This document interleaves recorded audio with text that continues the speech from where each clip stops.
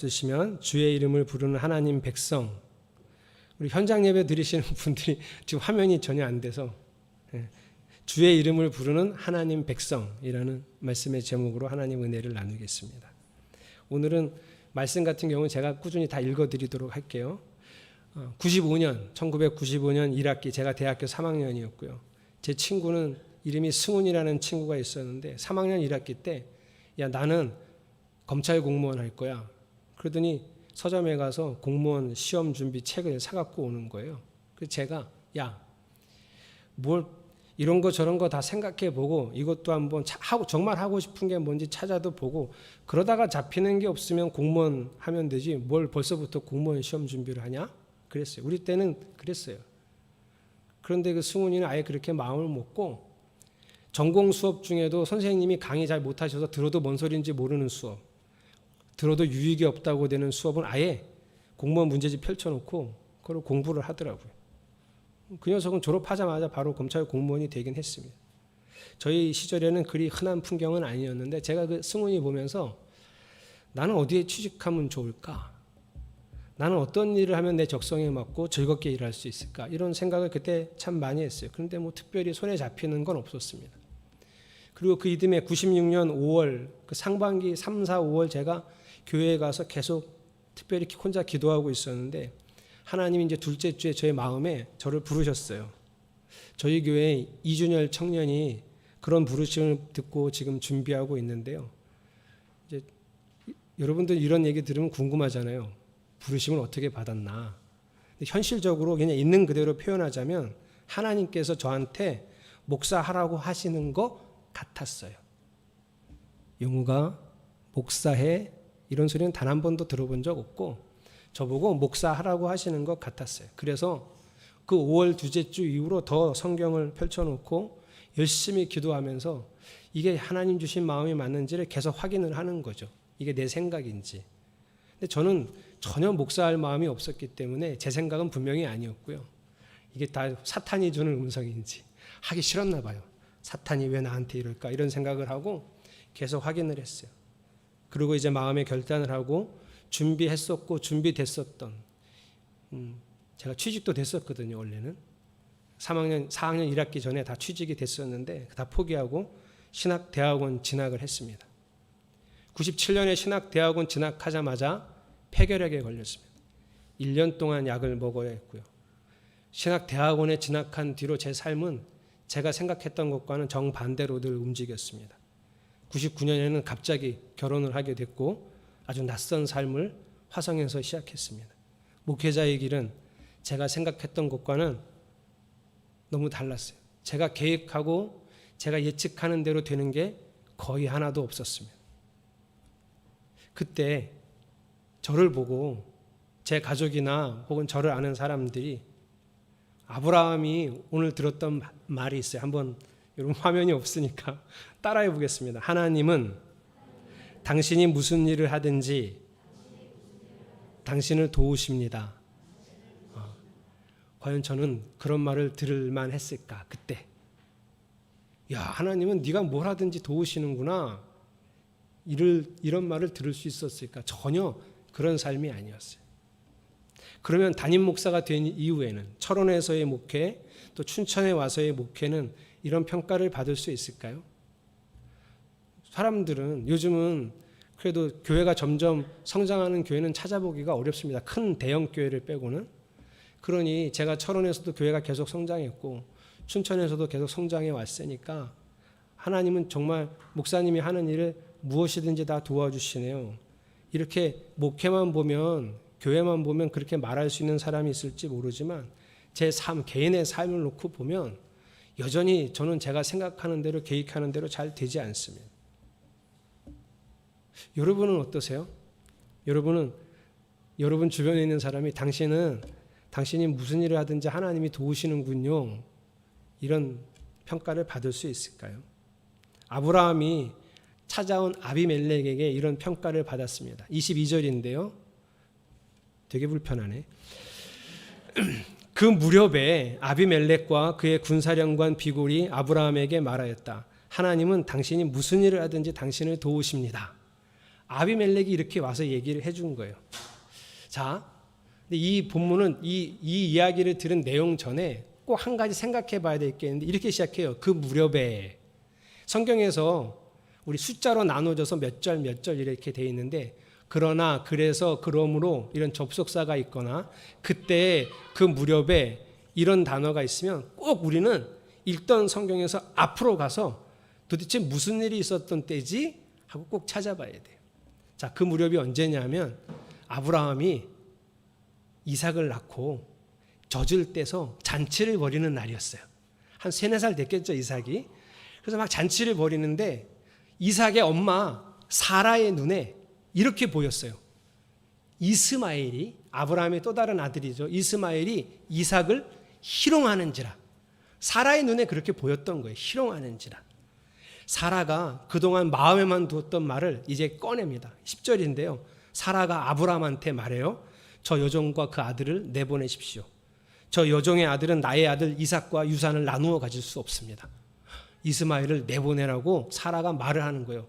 그래서 너무 마음이 무거워서 아브라함이 하나님께 물었더니 하나님이 사라가 하자는 대로 해 주어라. 그래서 사랑하는 아들 이스마엘을.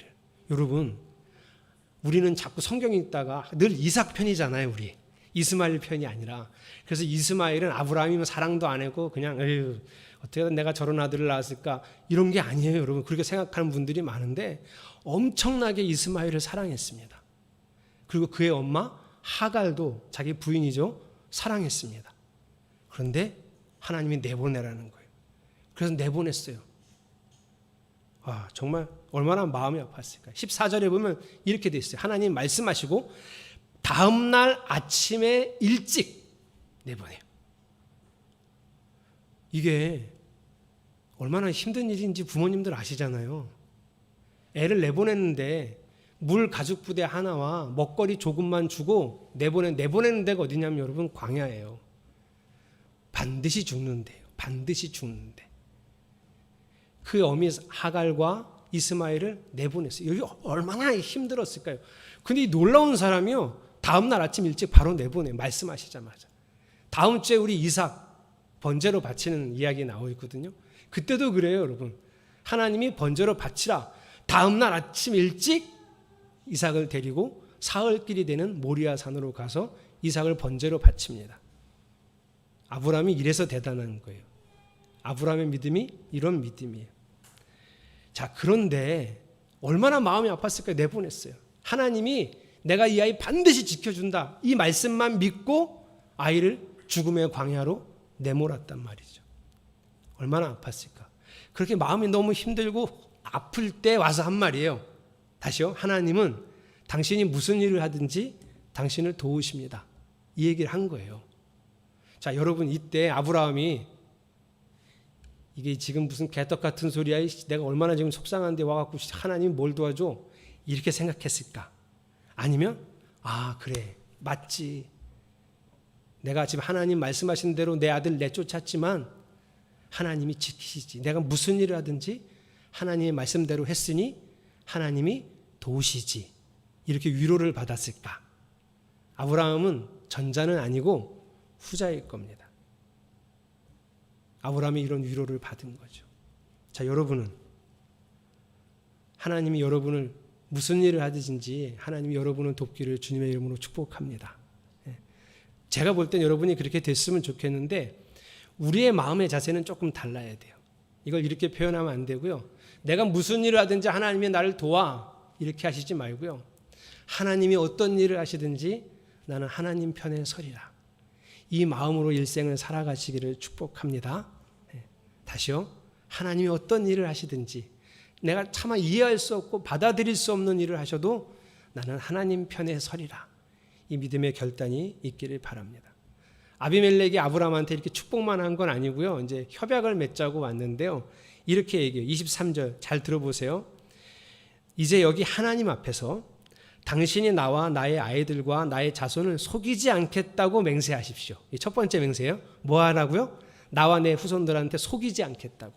두 번째, 당신이 나그네 살이를 하는 우리 땅에서 내가 당신에게 한 것처럼 당신도 우리들에게 친절을 베풀겠다고 맹세하십시오. 이런 뜻이 두 가지. 하나는 속이지 않겠다. 하나는 친절을 베풀겠다. 속이지 않겠다는 왜 굳이 와서 처음부터 나 속이지 말아요 이 얘기 왜 했을까요? 지난번에 속였거든요. 이 인간이 와갖고 자기 아내를 누이라고 속여갖고 아주 큰 일 치를 뻔했거든요. 아비멜렉이. 그냥 이번에 와서 아예 처음부터 이제 속일 생각을 하지 말라는 거예요. 그리고 친절을 베풀기로 약속을 하자. 맹세를 하자. 이게 아비멜렉이 찾아와서 한 얘기예요. 여러분 아비멜렉이 뭐 이렇게까지 왜 찾아와서 맹세를 할까요? 이게 하나님을 두려워해서 그래요. 이 내용을 좀 뒤로 좀 옮겨볼게요. 아비멜렉이 아브라함과 맹세를 하고 협약을 하는데 협약하는 장면을 눈으로 봐야 좋긴 한데 제가 읽어드릴게요. 27절부터인데요. 27절은 이 두 가지요. 속이지 않고 친절하게 하기로 맹세하면서 아브라함이 양과 소를 끌고 와서 아비멜렉에게 주고 언약을 맺었어요. 누가 양과 소를 줬죠? 아브라함이 줬어요. 제가 지금 이걸 왜 읽어드리냐면 여러분 지금 머릿속으로 아브라함과 아비멜렉이 협약을 맺는데 누가 강자인지를 추측해 보세요. 먼저 찾아온 건 아비멜렉이고요. 지금 협약을 맺는데 소와 양을 줬어요. 28절에 아브라함이 또 양떼에서 새끼 암양 7마리를 또 줘요.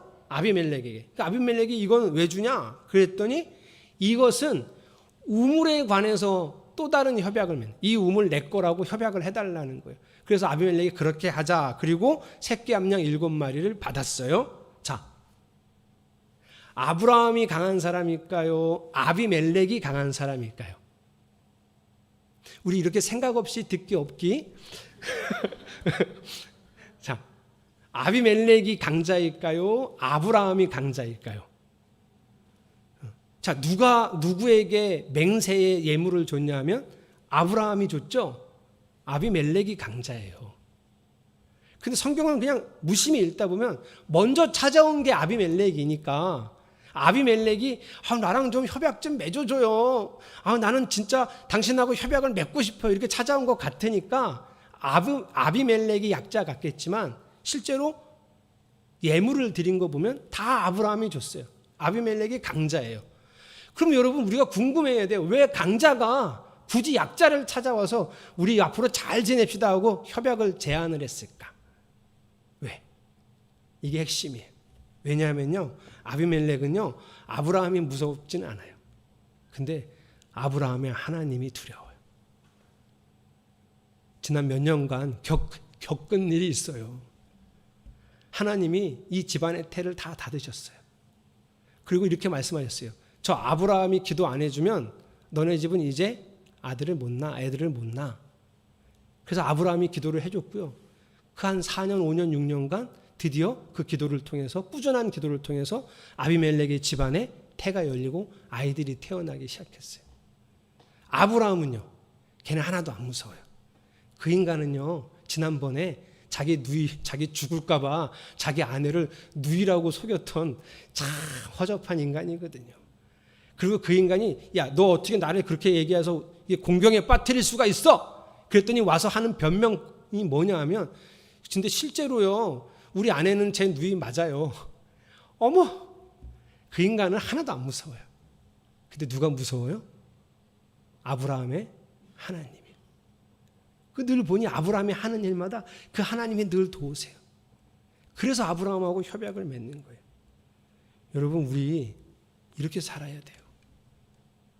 여러분 하나님을 정말 신뢰하고 왕으로 섬기십니까?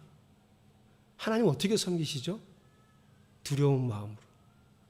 우리가 하나님을 두려운 마음으로 섬기는 것을 드러내지 않으면 세상은 절대 하나님을 볼 수 없습니다. 볼 방법이 없어요. 세상 사람들은 하나님 절대로 두려워하지 않습니다. 보이지도 않는데요. 일어나는 일인데 우연히 일어나는 거고요. 비가 많이 와서 폭우가 생기는 거고 홍수가 나는 거고 천재지변이 일어나는 거지 하나님은 없습니다. 그런데 우리는 교회를 다니면서 제일 많이 배운 하나님 이미지가 뭐냐면 사랑의 하나님, 긍휼의 하나님, 자비의 하나님. 그래서 우리조차도 하나님을 잘 두려워하지 않아요.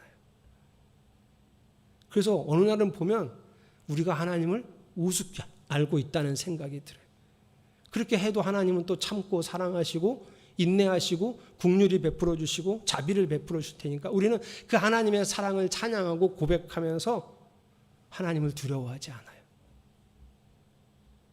그런데 아브라함은 왜 하나님이 이스마엘을 내보내라 그러면 다음 날 일찍 내보내고 다음 장에 이삭을 번제로 바치라 그러면 다음 날 아침 일찍 가서 이삭을 번제로 바치고 왜 그랬을까요? 아브라함은 하나님을 두려워한 사람이에요. 그냥 사랑하기만 한 사람이 아니에요. 하나님 말씀하셨는데 내가 안 하면 그게 너무 두려워서 살 수가 없는 사람이에요. 여러분, 우리가 하나님을 두려워하지 않고 떨리는 마음으로 바라보지 않는데 세상에 어떻게 하나님을 알 수 있습니까? 우리가 하나님을 경외하지 않는데 세상이 어떻게 하나님을 경외하겠습니까?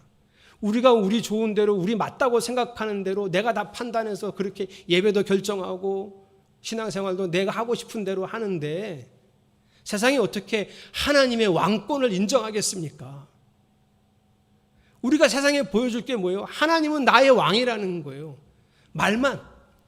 그리고 내가 원하는 대로 살잖아요. 두려운 마음으로 하나님을 바라보지 않으면 세상이 어떻게 하나님을 왕으로 인정할 수 있겠습니까? 그런데 아브라함은 그랬던 거예요. 그러니 아비멜렉이 하나님이 너무 무서워서 저 아브라함하고 잘 지내고 싶은 거예요. 그래서 협약을 맺고 자기가 먼저 찾아왔어요. 그래서 자기가 강자니까 아브라함이 예물을 아비멜렉에게 준 거죠. 여러분, 믿음이란 하나님을 두려워하는 것입니다. 그 안에 사랑이 들어있는 거죠. 자, 이 사람들은 이렇게 맹세를 하고 거기서 우물을 아브라함의 우물로 인정해 줍니다. 그래서 이때 비로소 그 땅의 이름이 지어진 거예요. 부엘세바. 31절인데요. 맹세의 우물이라는 뜻이에요. 부엘세바라는 지명 자체가 맹세의 우물이라는 뜻이에요. 아비멜렉하고 아브라함하고 이제 맹세한 거예요. 우리 서로 사이좋게 지내고 우리 속이지 않고 친절히 베풀고 우리 이 우물은 이제 아브라함 것이요. 이렇게 한 거예요. 아브라함이 그 다음에 어떻게 한 줄 아세요? 이제 아비멜렉과 군사령관 비골은 떠나가고 아브라함이 그 부엘세바에 남아서 에셀 나무를 심습니다. 기념 식수한 거예요. 기념 나무를 딱 심고 거기서 그 나무 밑에서 하나님의 이름을 부릅니다. 하나님의 이름. 왜 그랬을까요? 이 모든 것들은 누가 하셨죠? 하나님이 하신 거니까. 아브라함만 알아요. 세상 사람들이 보면요. 어느 날 아비멜렉이 찾아왔고 아비멜렉이 협약을 맺자 그랬고 아브라함이 우물은요. 그 우물도 당신 거 하자 그래서 정말 되게 운이 좋게도 블레셋 왕하고 아브라함이 협약을 맺었다. 그 아브라함 참 운 좋은 사람이네. 아브라함 참 대단한 사람이네. 이게 세상 사람들의 시선인데 아브라함은요. 아니요. 나는 운 좋은 사람 아니에요. 나는 대단한 사람 아니에요. 나는 아무것도 아니에요. 하나님이 하셨거든요. 그래서 바로 하나님의 이름을 부르는 예배를 드리는 거죠. 이게 예배예요.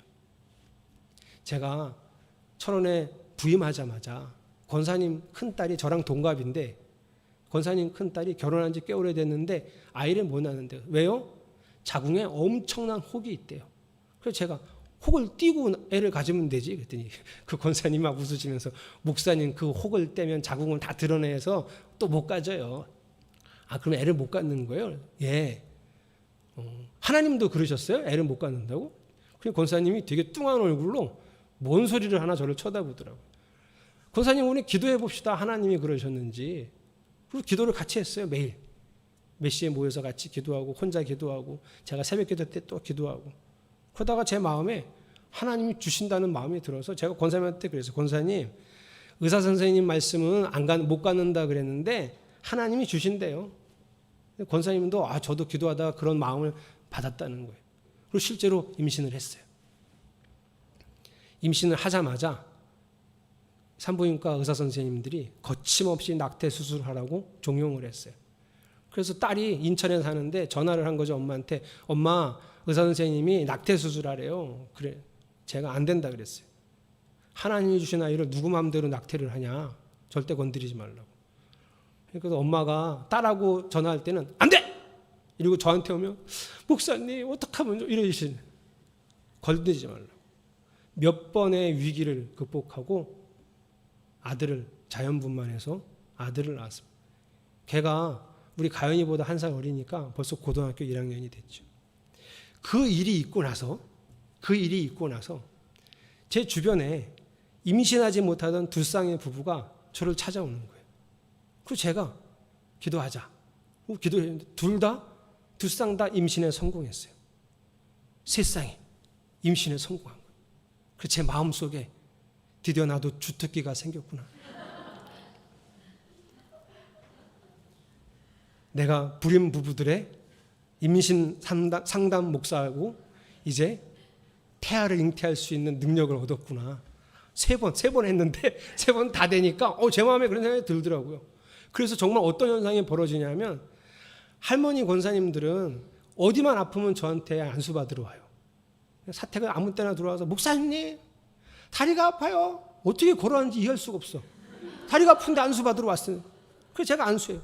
감기가 몸살이 걸렸다고 전화를 하면 제가 찾아가서 안수해요. 그 안수 받으려고 자꾸 전화하시니까. 그런데요, 감기 걸린 권사님 안수할 때는 자신감이 떨어져요. 잘 안 나. 감기가 안 나요. 왜 자꾸 날 부르는지 모르겠어. 병원이나 가지. 목사님 기도해 주세요. 제가 아무리 안수해도 감기가 안 나. 그런데 있죠, 불임 부부들이 저를 찾아오는데요, 자신감이 될 것 같아. 딱 3번의 경험이 사람을 이렇게 만든 거예요. 저도 알고 여러분도 다 알다시피 그거 하나님이 하셨어요. 저는 그게 어떻게 됐는지도 몰라요. 저는 그 이면주 씨 생각하면, 그 아들 이름이 서준인데 그 서준이 생각하면 지금도 등골이 오싹해요. 내가 어떻게 처음 담임 목사 되자마자 내가 미쳤었지. 내가 의사도 안 된다는데 된다고 왜 그랬을까? 하혈을 해서 쓰러져 갖고 인하대병원에 입원했는데 제가 병원까지 찾아가서 걱정하지 말라고, 내가 미쳤었지. 난 그때 무슨 생각으로 그랬을까? 지금도 아찔해요. 정말 너무너무 이상해요. 그랬던 사람이 특기가 생겼다고 좋아했으니 하나님이 하신 거예요. 이게 하나님이 하셨다는 걸 아브라함은 어떻게 그렇게 즉시로 알고 즉시로 하나님을 예배했을까요? 그는 매사에 매 순간에 두렵고 떨리는 마음으로 하나님을 바라본 사람이라서 그래요. 두렵고 떨리는 마음. 오늘 강조하는 바입니다. 누가 하나님을 예배하는 사람이냐면요, 하나님을 두려워하고 떨리는 마음으로 바라보는 사람이에요. 그가 에셀나무를 심고 그 나무 아래서 하나님의 이름을 부릅니다. 얼마나 감격적이었을까요? 남의 나라에 와서 빌부터 살아가는 처지에 이제 우물이라는 생명의 근원의 털을 얻고 그 주변에 땅을 얻었어요. 이게 자기 힘으로 되는 거예요? 아니요. 하나님이 하신 거잖아요. 누구도 모르던 걸 아브라함은 그걸 너무나 절실히 깨닫고 있었기 때문에 하나님의 이름을 부르는 그때 얼마나 감격했을까요? 여러분, 예수님을 믿는다는 것은, 예수님이 나를 위해 십자가에서 죽으신 것을 믿는다는 것 이상이에요. 그거는 믿음의 반도 되지 않아요. 그렇게 믿으시면 큰일 나요. 예수님을 믿는다는 것은 예수님을 나의 주인으로 인정하는 거예요. 주인이 앞에 있어요. 나의 왕이, 통치자가 앞에 있어요. 어떻게 대하시겠습니까, 여러분? 그걸 두렵고 떨리는 마음으로 대한다고 하는 거예요. 우리는 매일 죄를 따르는 악한 일상도 있고 때로는 주님을 따르는 선한 일상도 있어요. 죄와 순종이 늘 우리의 삶에 이렇게 엉켜 있고 섞여 있습니다. 어쩔 수 없는 우리의 연약함이지만 저는 여러분이 점점 하나님의 의를 따르는 백성이 되기를 소망합니다. 설교 초창부에 아비멜렉이 아브라함한테 했던 말, 당신은 무슨 일을 하든지 하나님이 당신을 도우십니다. 여러분도 그렇게 되기를 원하십니까? 그러면 하나님을 주인으로 인정하세요. 왕으로 인정하세요. 더 이상 내 이익을 위해 그분을 부려먹을 생각을 하지 마세요. 더 이상 내가 간절히 기도해서 하나님의 힘을 빌어 뭔가를 이루어내겠다는 이런 생각도 빨리 버리셔야 해요. 구원이란 예수 믿어서 어느 한순간에 얻는 게 아닙니다. 구원이란 우리가 하나님을 왕으로 인정하고 그분을 그 왕으로 주인으로 모시고 있는 상태를 의미하는 거예요. 한 번 구원받으면 영원히 구원받았다. 그건 구원파잖아요. 우리가 이단이라 그러잖아요. 구원파는. 그런데 교회의 믿음을 가지고 있는 수많은 그리스도인들이 구원파의 믿음을 가지고 있으면서 구원파를 이단이라고 그러는 거예요. 여러분, 성경이 말하는 구원은 매일 이루어가는 겁니다. 빌립보서 2장 12절 바울이 그랬어요.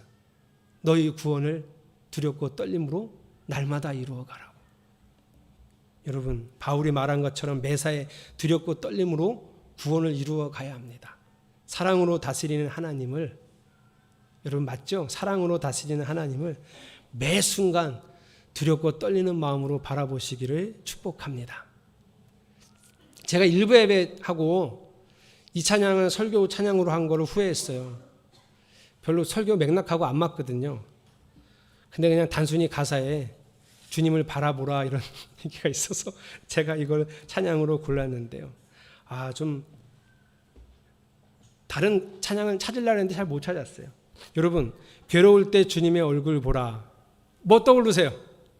괴로울 때 주님의 얼굴 보면 주님이 위로해 주시겠죠?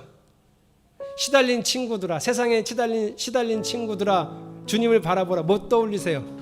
주님이 안아주시겠죠? 그래서 제가 찬양은 잘못 고른 거예요. 힘이 없고 내 마음 연약할 때 능력의 주님 바라보아라. 뭐 떠올리세요? 주님이 도와주시겠죠? 주의 이름 부르는 모든 자는 힘주시고 늘 지켜주시리. 주님이 다 해주시는구나. 이런 거 떠오르시죠? 가사는 이런데 여러분, 주님을 바라보는 마음에 이렇게 하셔야 돼요. 어떤 상황이든지 그냥 주님을 바라보는 거예요. 어떤 마음으로? 두렵고 떨리는 마음으로. 두렵고 떨리는 마음으로. 주님이 놀라운 안식과 변화를 우리에게 주실 줄로 믿습니다. 함께 찬양하겠습니다.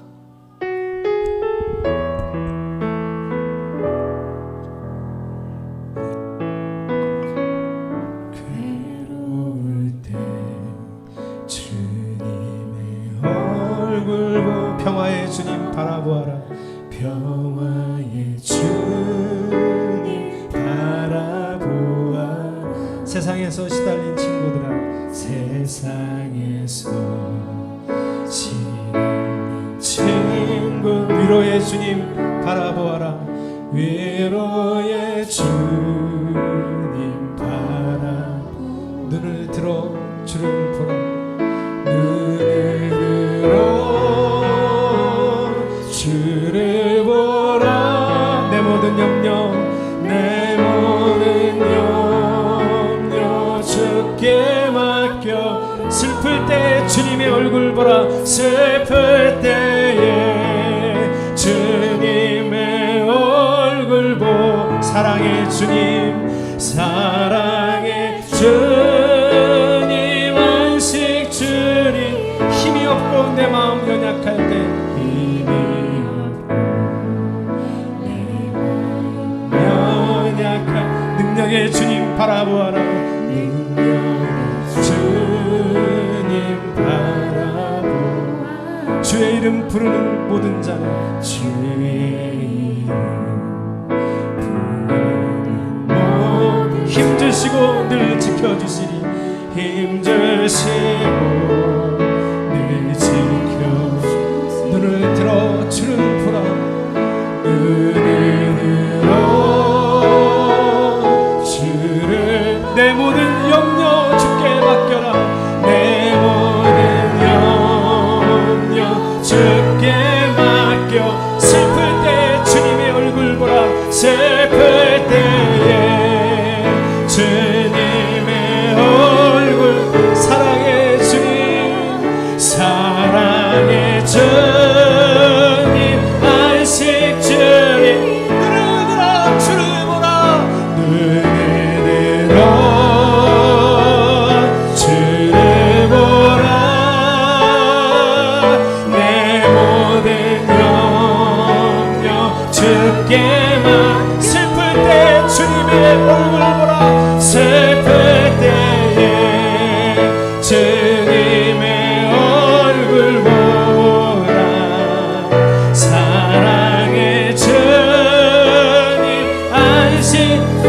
떨리는 마음으로 주를 바라보겠습니다. 눈을 들어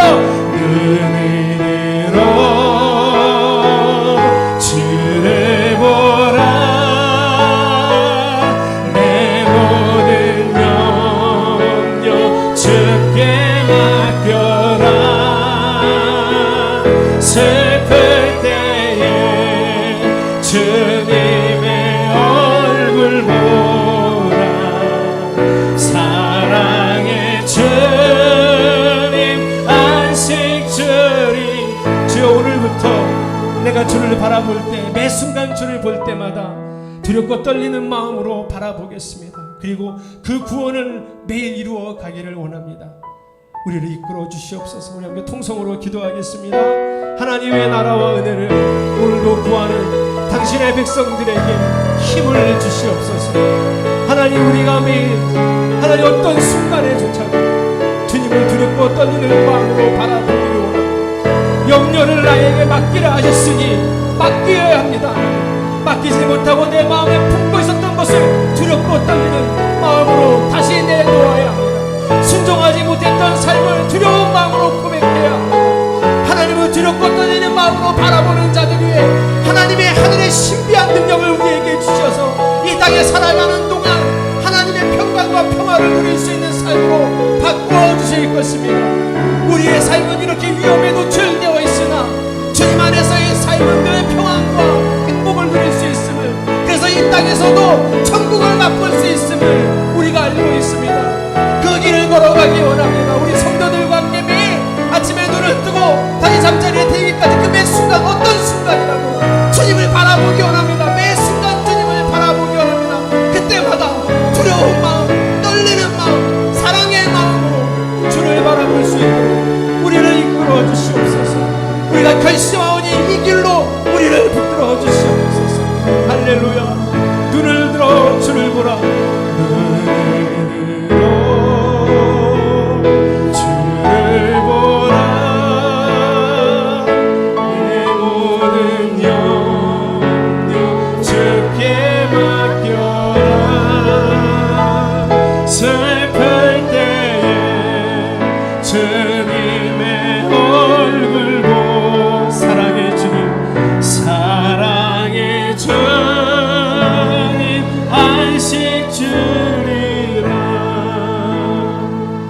매 순간 하나님을 바라보자.